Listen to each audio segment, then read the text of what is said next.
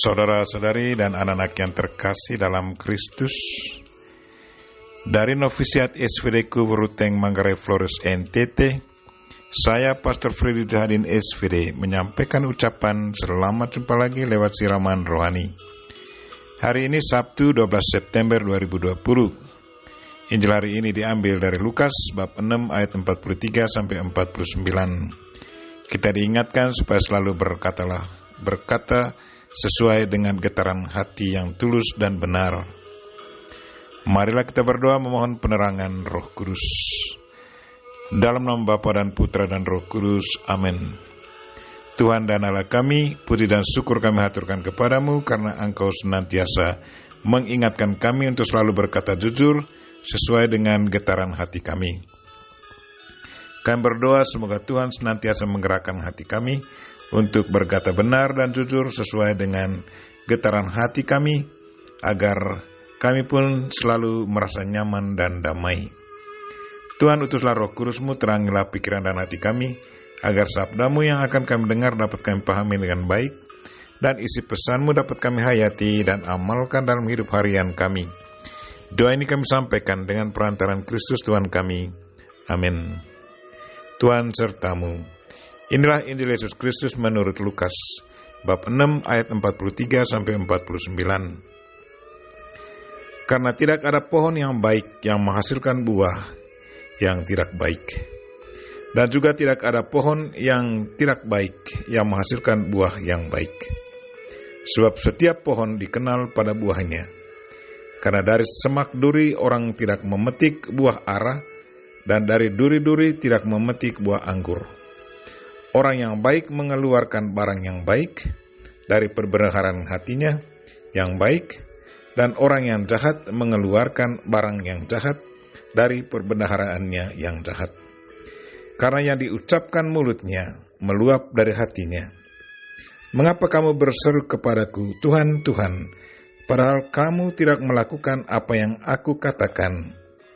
Setiap orang yang datang kepadaku dan mendengarkan perkataanku serta melakukannya, aku akan menyatakan kepadamu dengan siapa ia dapat disamakan. Ia sama dengan seorang yang mendirikan rumah. Orang itu menggali dalam-dalam dan meletakkan dasarnya di atas batu. Ketika datang air bah dan banjir melandai rumah itu tidak dapat digoyahkan. Karena rumah itu kokoh dibangun. Akan tetapi, barang siapa mendengar perkataanku, tetapi tidak melakukannya, ia sama dengan seorang yang mendirikan rumah di atas tanah tanpa dasar. Ketika banjir melandanya, rumah itu segera rubuh dan hebatlah kerusakannya. Demikianlah Injil Tuhan. Terpujilah Kristus. Saudara-saudari dan anak-anak yang terkasih dalam Kristus, tema renungan kita hari ini ialah berkatalah sesuai dengan isi hati. Pada suatu kesempatan teman saya membagi pengalaman kekecewaannya kepada saya. Katanya, "Pastor, tolong doakan teman saya. Dia selalu berkata muluk-muluk kepada saya, tetapi sampai saat ini kata-katanya tidak pernah membuahkan hasil. Sekarang saya tahu ternyata ia seorang penipu. Mulutnya begitu mudah ucapkan janji-janji muluk, tetapi tidak pernah ditepatinya." Mendengar keluhan teman ini, saya katakan kepadanya, mari kita sama-sama mendoakan dia. Kalau hari ini dia menipu engkau, jangan-jangan besok-besok dia akan ditipu oleh orang lain. Karena siapa yang menabur, ia akan memetik hasilnya, entah dalam jumlah besar atau kecil. Menabur benih yang baik akan memetik buah yang baik. Sebaliknya, menabur benih yang buruk akan memetik buah yang buruk juga. Kalau kita selalu menaburkan senyum dengan sepenuh hati, maka buahnya akan mendatangkan sukacita, kedamaian dan kebahagiaan. Sebaliknya, kalau kita selalu menaburkan kemarahan, caci maki, maka buahnya akan mendatangkan kebencian, penolakan, dan penderitaan berkepanjangan. Saudara-saudari dan anak-anak yang terkasih dalam Kristus, Yesus Kristus pada hari ini juga mengingatkan kita bahwa ada manusia yang suka sekali menyebut Tuhan dalam percakapan hariannya. Katanya, "Mengapa kalian berseru Tuhan, Tuhan, padahal kalian tidak melakukan apa yang kulakukan?" Selanjutnya Yesus katakan, "Setiap orang yang datang kepadaku dan mendengarkan sabdaku, serta melakukannya, itu sama dengan orang yang mendirikan rumah, yang menggali dalam-dalam dan meletakkan dasarnya di atas batu. Ketika datang air bah dan banjir melanda rumah itu tidak goyah karena rumah itu kokoh dibangun.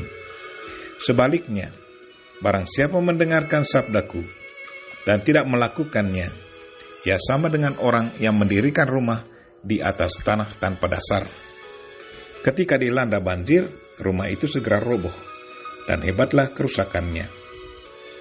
Saudara-saudari dan anak-anak yang terkasih dalam Kristus, perumpamaan Yesus ini sungguh sangat jelas, masuk akal, dan mudah dimengerti. Kita butuh fondasi iman yang sangat kuat agar kita bisa menjadi saksi Kristus yang bisa dipercayai oleh sesama dan jemaat pada masa ini. Kita adalah murid-murid Kristus. Sebagai murid Kristus, kita harus siap untuk menjadi saksinya. Untuk menjadi saksinya yang setia, kita harus selalu tumbuh kembangkan nilai-nilai Injil yang sudah diajarkan Kristus kepada kita. Antara lain hidup jujur dan berkata benar. Kita harus ungkapkan apa yang dikatakan oleh isi hati kita. Getaran hati harus diungkapkan lewat kata-kata yang keluar dari mulut kita.